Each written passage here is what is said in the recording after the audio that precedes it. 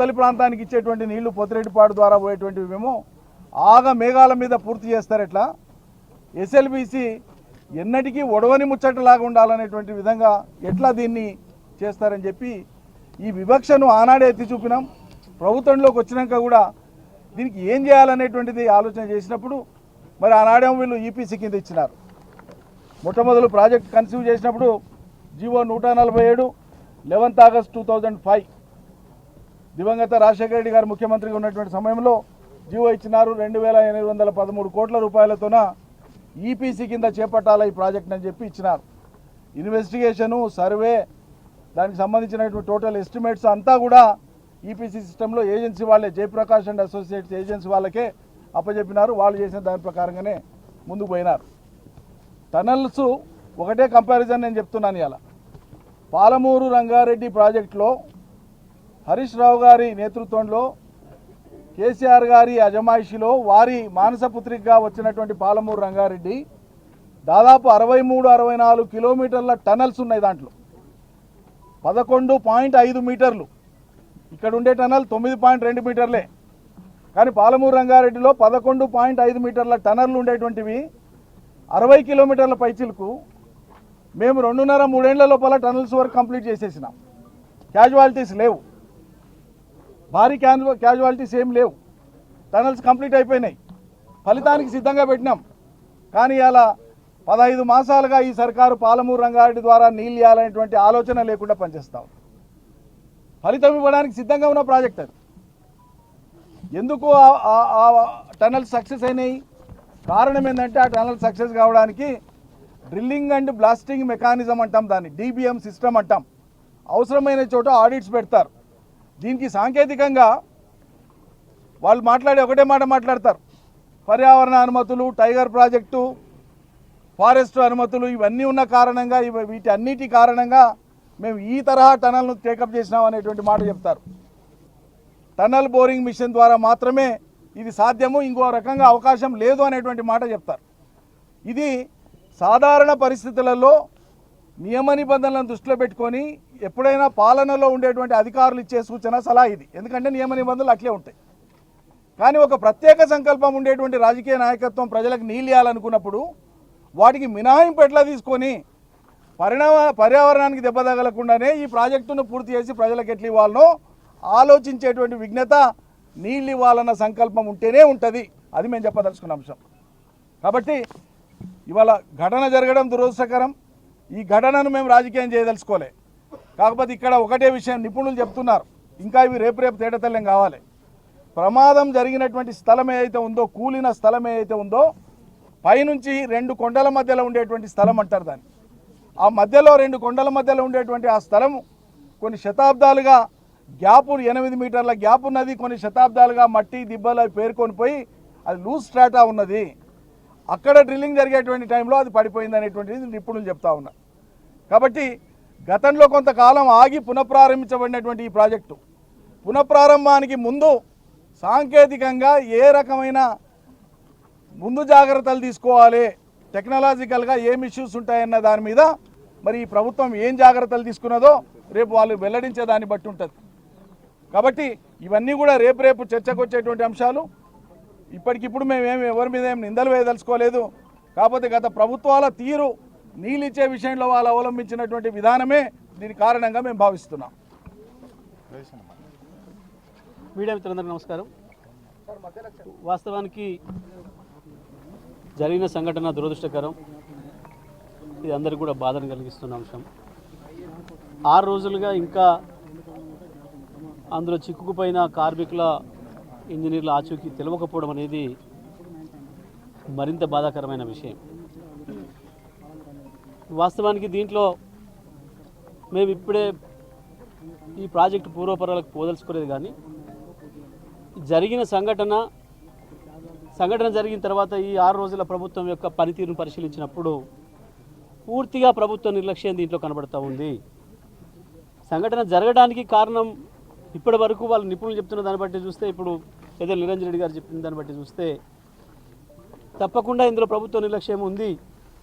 ఎటువంటి అనుమతులు తీసుకోకుండా, ఎటువంటి పరిశీలనలు జరపకుండా అంత లోతులో తవ్వుతున్నప్పుడు దానికి కావాల్సిన జియాలజికల్ సర్వేస్ కానీ ఇంకా ఇతర నిపుణుల సర్వేస్ కానీ వాళ్ళకి సంబంధించిన అనుమతులు కానీ ఏవి తీసుకోలేదు.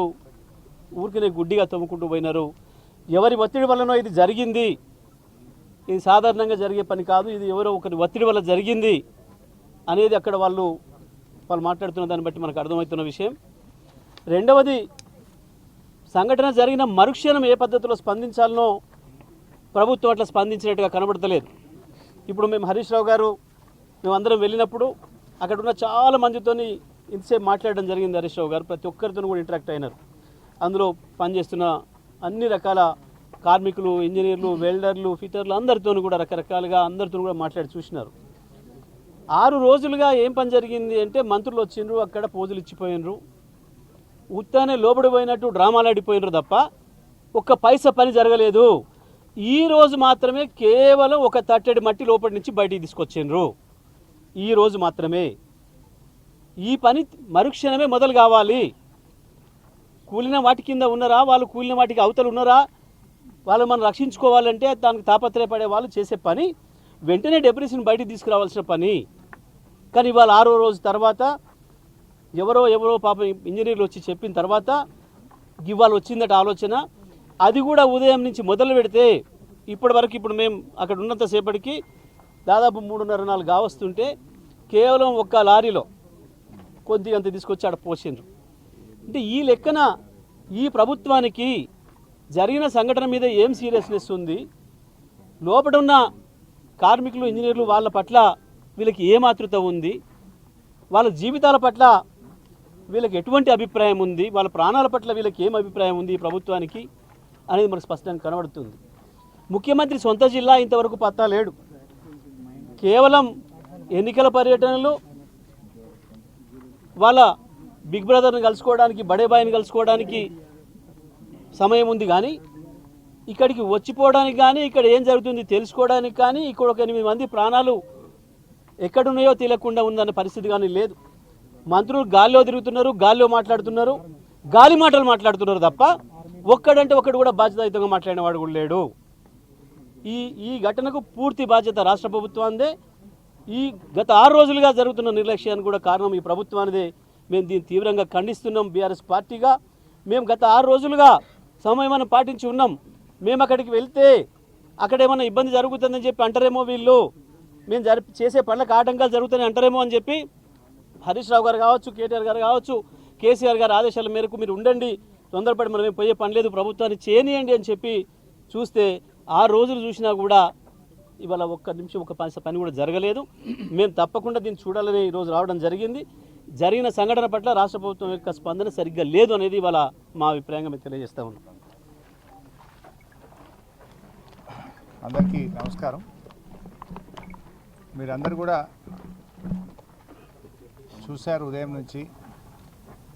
గత 5-6 రోజులుగా బీఆర్ఎస్ పార్టీ తరఫున మేము ఇక్కడికి రావాలని అనుకున్నా కూడా మా నాయకులు రెస్క్యూ ఆపరేషన్స్ జరుగుతూ ఉన్నాయి. పనిచేస్తున్నప్పుడు వాళ్ళకి డిస్టర్బ్ కావద్దనే ఉద్దేశంతో కొద్ది రోజులు ఆగి వెళ్ళాలని చెప్పడంతో మేము గత 4-5 రోజులు వెయిట్ చేశాం. అయితే ప్రభుత్వం మాత్రం చూస్తూ ఉంటే ఎట్లా ఉందో మీరందరూ కూడా చూస్తున్నారు. హెలికాప్టర్లో వస్తున్నారు, హెలికాప్టర్లో పోతున్నారు, సమన్వయం చేయలేకపోతున్నారు. ఇప్పటికీ 6వ రోజు తర్వాత కూడా ఒక స్పష్టత ఇవ్వలేకపోతూ ఉంది ప్రభుత్వం. అందుకే మేము ఈరోజు అసలు ఇక్కడ ఏం జరుగుతూ ఉంది, ఆ బాధిత కుటుంబాలను పరామర్శించుదాము, వారికి ధైర్యాన్ని చెప్పడంతో పాటు సహాయక చర్యలు ఎలా ఉన్నాయి, రిలీఫ్ స్టెప్స్ ఏమేమి తీసుకుంటున్నారు చూద్దామని, అవసరమైన సూచనలు ప్రభుత్వానికి చేద్దామని మేము ఇక్కడికి వచ్చాం. ఉదయం సరే మాతో వచ్చిన నాయకులను అలో చేయమంటే చాలామంది మాజీ శాసనసభ్యులు, మా ఎమ్మెల్సీలను కూడా లోపలికి అలో చేయకపోతే వాళ్ళందరూ బయటే ఉండిపోయినారు. కోటిరెడ్డి ఎమ్మెల్సీ గారు, నవీన్ ఎమ్మెల్సీ గారు, మాజీ శాసనసభ్యులు అందరూ కూడా మేము సహకరించాం. సరే మీరు 8-10 మందే లోపల పోండి అన్నారు. 8-10 మంది లోపల పోయిన తర్వాత మళ్ళీ లేలే 5గురే పోవాలి, 6గురే పోవాలి, ఒకటే కారు పోవాలని మళ్ళీ అక్కడ మమ్మల్ని ఆపి మమ్మల్ని లోపల పోకుండా ఇబ్బంది పెట్టే ప్రయత్నం చేసినారు. మీడియా నిన్నటిదాకా మీరు లోపల ఉన్నారు, సెట్ కింద ఇవాళ మేము వస్తున్నామని మిమ్మల్ని కూడా బయటకు గంటేసినట్టున్నారు, అంతేనా? బయటకు పంపించారు, మీడియాను కూడా ఇలా బయటకు పంపించిన పరిస్థితి ఉంది. అంటే ఈ రకంగా కుటుంబ సభ్యుల్ని మేము కలుద్దామనుకుంటే వాళ్ళను కూడా కలవనీయకుండా ఇలా కుటుంబ సభ్యుల నుంచి కూడా ఇక్కడ నుంచి పంపించి వేసి దాచిపెట్టిన పరిస్థితి కనబడతా ఉంది. ఎందుకు అంత భయం?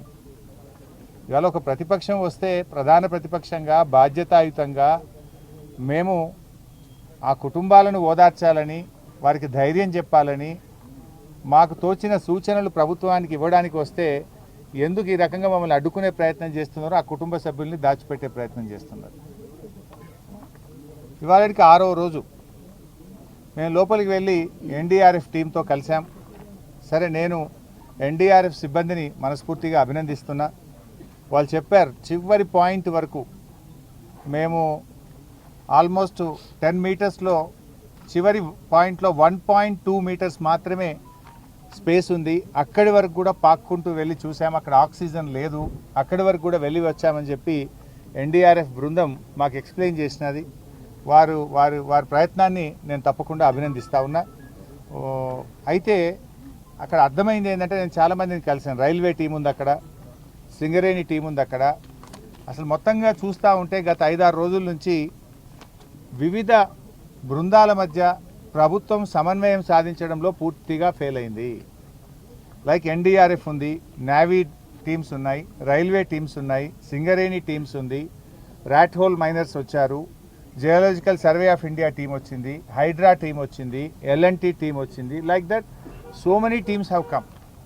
ఇంతమంది మధ్యలో అసలు ఎవరు ఏం పని చేయాలి, హౌ టు గో ఫార్వర్డ్ అనే విషయంలో డైరెక్షన్ లెస్లో ఉన్నారు అందరు. ఒక స్పష్టమైన డైరెక్షన్ లేదు. 6 రోజుల వరకు డైరెక్షన్ ఇవ్వకుండా ప్రభుత్వం ఉంటుందండి? 6 రోజుల వరకు కూడా మీరు డైరెక్షన్ ఇవ్వకపోతే లోపల ఉన్న వాళ్ళ ప్రాణాలు ఏమవుతాయి? అసలు ఏ రకంగా ముందుకు పోవాలని నిర్ణయం తీసుకోవడానికి 6 రోజులు పడుతుందా? ఇదేమన్నా టూరిస్ట్ ప్లేసా? మంత్రులు పొద్దుగాలు వస్తారు, సాయంత్రం పోతున్నారు, సాయంత్రం వస్తారు, పొద్దుగాలు పోతున్నారు హెలికాప్టర్ వేసుకొని. ఎలక్షన్ ప్రచారం పోతున్నారు, ముఖ్యమంత్రి ఇంతవరకు రాడు, డైరెక్షన్ లేదు. మంత్రి గారు రోజు సాయంత్రం వస్తుండు, పొద్దుగాలు వేసిపోతుండు, యాడికి పోతుండు? ఇంతకంటే ముఖ్యమైన పని ఏముంటుంది రాష్ట్రంలో? అసలు ఒక డైరెక్షన్ ఇయ్యరా మీరు? ఎలా ముందుకు పోవాలి, వాళ్ళ ప్రాణాలు కాపాడడానికి రిలీఫ్ మెజర్స్కి ఒక స్పష్టమైన ఒక విధి విధానాన్ని, ఒక డైరెక్షన్ నిర్ణయించే బాధ్యత ప్రభుత్వానికి లేదా అని నేను అడుగుతా ఉన్నా. ఇవాళ 6వ రోజు ఇప్పటికీ కన్వేయర్ బెల్ట్ పనిచేయడం లేదు. You are not able to repair the conveyor belt. 6 రోజులు పడుతుందా కన్వేయర్ బెల్ట్ రిపేర్ చేయడానికి? It's a matter of hours. కొద్ది గంటలు కరెక్ట్గా డైరెక్షన్ ఇచ్చుంటే కన్వేయర్ బెల్ట్ను మరమ్మతు చేస్తే ఆ లోపలుండే మక్కంతా కూడా బయటకు తేవడానికి అవకాశం ఉంటుంది. అది ఎందుకు లేట్ అవుతుందో, మరి ఎక్కడ డైరెక్షన్ మిస్ అవుతుందో నాకు తెలియదు. టనల్ బోర్ మిషన్ యొక్క పార్ట్స్, అది మీది నుంచి రాళ్ళు పడి డెబ్రిస్ పడి కొన్ని పార్ట్స్ వంగిపోయినాయి, కొన్ని పార్ట్స్ చెల్లాచెదురుగా పడి ఉన్నాయి అన్నారు. అవి కట్ చేసి తీస్తే కానీ లోపల నుంచి మక్కు కానీ అక్కడున్న బురదను బయటకు తేవడానికి అవకాశం లేదు. అది కట్ చేయాలన్నా వద్దా అని నిర్ణయించడానికి 4 రోజులు 5 రోజులు తీసుకున్నారు. మరి 5 రోజుల లోపల ఉండే వాళ్ళ ప్రాణాలు ఏం కావాలి? అది కట్ చేయాలని తొందరగా నిర్ణయం తీసుకొని ఫాస్ట్గా డీవాటరింగ్ చేసి ఫాస్ట్గా మీరు కన్వేయర్ బెల్ట్ని ఓకే చేసి లోపలుండే మక్కునంతా either by manual or by machine by hook or cook మీరు బయటకు తేవాల్సి ఉండే. 6 రోజుల తర్వాత తట్టెడు మట్టి తెచ్చిరియాల. 6 రోజులు 8 ప్రాణాలు ఏమైతాయి? 8 మంది ప్రాణాలు కాపాడడం పట్ల మీకున్న చిత్తశుద్ధి ఇదేనా? అసలు ఏం జరుగుతుంది? అసలు డైరెక్షనే లేదు మీకు ఇంతవరకు. గా బెల్ట్, ఇప్పుడు మంత్రి గారి స్టేట్మెంట్ నేను టీవీలో చూశాను, 2 రోజుల్లో అంతా అయిపోతుంది, ఆపరేషన్స్ బయటకు వస్తారు అని మాట్లాడింది. నేను అక్కడ అందరితో మాట్లాడాం, మా జగదీష్ అన్న చెప్పినట్టు లేబర్తో మాట్లాడినాం, వెల్డర్స్తో మాట్లాడినాం, జేపీ ప్రతినిధులతో మాట్లాడినాం, రాబిన్సన్ ప్రతినిధులతో మాట్లాడినాం, ఎన్డీఆర్ఎఫ్ టీంతో మాట్లాడినాం, అందరితో మాట్లాడినాం చాలా ఓపికగా. అసలు కన్వేయర్ బెల్ట్ ఎప్పటి వరకు అవుతుంది అని నేను అడిగితే 2 రోజులు పట్టచ్చు సార్, 3 రోజులు పట్టచ్చు సార్ అని ఒక ఆయన అంటుండు. మంత్రి గారేమో 2 రోజులు ఆపరేషన్ అయిపోతుంది, అంతా బయటకు వస్తారని మంత్రి గారు చెప్తున్నారు. 6 రోజులైనా కన్వేయర్ బెల్ట్ ఉపయోగంలోకి రాదు. ఇంతవరకు డెబ్రిస్ను లోపల నుంచి తెచ్చే పరిస్థితి లేదు. ఆ మిషన్ యొక్క పార్ట్స్ కట్ చేస్తే కానీ అక్కడ ఉండే బురద డెబ్రిస్ తీయలేము అంటే ఇవాళ మిషన్ కట్ చేయాలని నిర్ణయం తీసుకొని లోపలికి పోయినరు అంటున్నారు. అది అయిందా కాలేదా తెలియదు. మేము అక్కడ ఎవరితో మాట్లాడే ప్రయత్నం చేస్తే కూడా వాళ్ళని పక్కకు తీసుకుపోతున్నారు, మాట్లాడినటువంటి పరిస్థితి కనబడుతుంది. టనల్లోకి వెళ్దామని ఆర్ఎస్ ప్రవీణ్ గారు మేము ప్రయత్నం చేస్తే మీరు టనల్లోకి వెళ్ళడానికి వీలు లేదు అంటారు. గౌరవ మంత్రులు శాసనసభ్యులు కూడా వచ్చి నిన్న పోయింది కదా, మరి వాళ్ళు శాసనసభ్యులు వేరే కాంగ్రెస్ పార్టీకి చెందిన వాళ్ళు పోయినప్పుడు గతంలో నీటిపారుదల శాఖ మంత్రిగా పనిచేశాము, వారు విద్యుత్ శాఖ మంత్రిగా పనిచేసినారు. వచ్చింది ఎవరండి? 3 ఎమ్మెల్యేలు, 5 మంత్రులు, 2 ఎమ్మెల్సీలు, బాధ్యత కలిగిన వాళ్ళమే వచ్చాం. మేము టన్నల్లోకి వెళ్తామంటే వెళ్ళడానికి వీల్లేదని నిరోధిస్తూ మాకు పర్మిషన్ ఇవ్వలేదు. అంటే మొత్తంగా ఒక గందరగోళమైన పరిస్థితి, ప్రభుత్వ వైఫల్యం మాత్రం కొట్టొచ్చినట్టు కనబడతా ఉంది. బాధ కలిగే అంశం ఏంటంటే మేమేమో బాధ్యతతో సంయమనంతో రిలీఫ్ మెజర్స్ కొనసాగాలి, పాపం ఆ 8 మంది ప్రాణాలతో బయటకు రావాలని మేము సహకరిస్తూ వచ్చాం. కానీ మీరేం చేస్తున్నారు? రాజకీయాలు చేస్తున్నారు. ఉత్తమ్ కుమార్ రెడ్డి గారు ఇక్కడ కూర్చొని మాట్లాడతాడు, గత ప్రభుత్వ నిర్లక్ష్యం వల్ల టనల్ కూలిందట. సిగ్గుండాలే మాట్లాడడానికి. ఏం మాట్లాడుతున్నాను? గత ప్రభుత్వానికి ఇక్కడ ఇప్పటికి ఏం సంబంధం? మీరు పని ప్రారంభించేటప్పుడు జియాలజికల్ సర్వే ఆఫ్ ఇండియా మీకు ముందుకు పోవడానికి అనుమతి ఇచ్చిందా? ఇస్తే రిపోర్ట్ బయట పెట్టండి. లేదు, national institute of rock mechanics వాళ్ళని పిలిచి మీరు వాళ్ళ యొక్క ఒపీనియన్ తీసుకొని ఇక్కడ ఒక వ్యాలీ ఉంది, ముందుకు పోవచ్చా, పోతే ఎలాంటి జాగ్రత్తలు తీసుకొని ముందుకు పోవాలో పర్మిషన్ అడగాలి. అడిగారా? ఉంటే రిపోర్ట్ బయట పెట్టండి. ఆదరబాదరగా ఆగమాగం చేసి ఇలా ప్రాణాలు బలిగొన్నారు, ప్రాజెక్టు కుప్పగూలిపోయే పరిస్థితి తెచ్చినారు.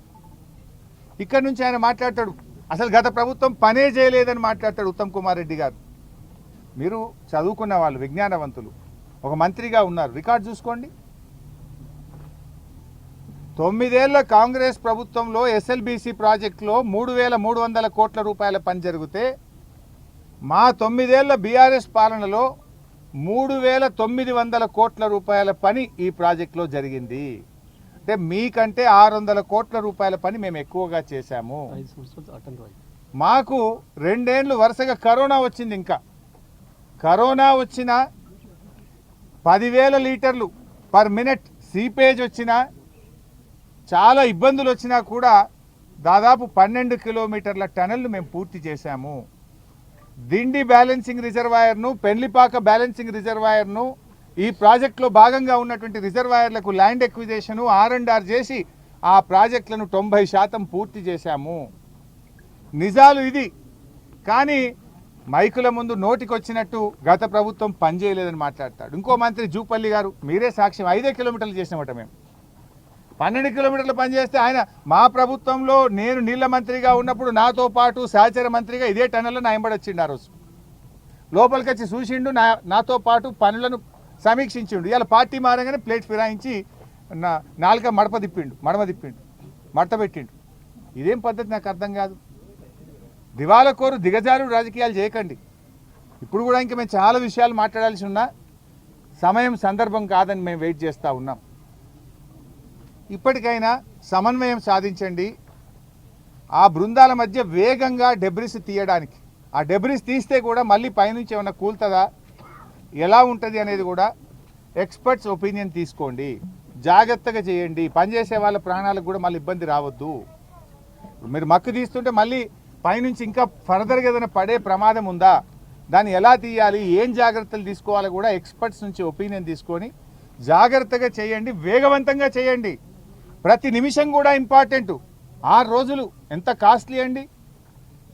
ఇలా మీరు 6 రోజులు సమయాన్ని వృధా చేశారు. లోపల వాళ్ళకి ఆక్సిజన్ ఏంది, వాళ్ళ ఆహారం ఏంది, వాళ్ళకి మంచినీళ్ళు ఏంది, మంచినీళ్ళు లేకుండా, గాలి సరిగ్గా అందకుండా, ఆహారం అందకుండా వాళ్ళ ప్రాణాలు ఏం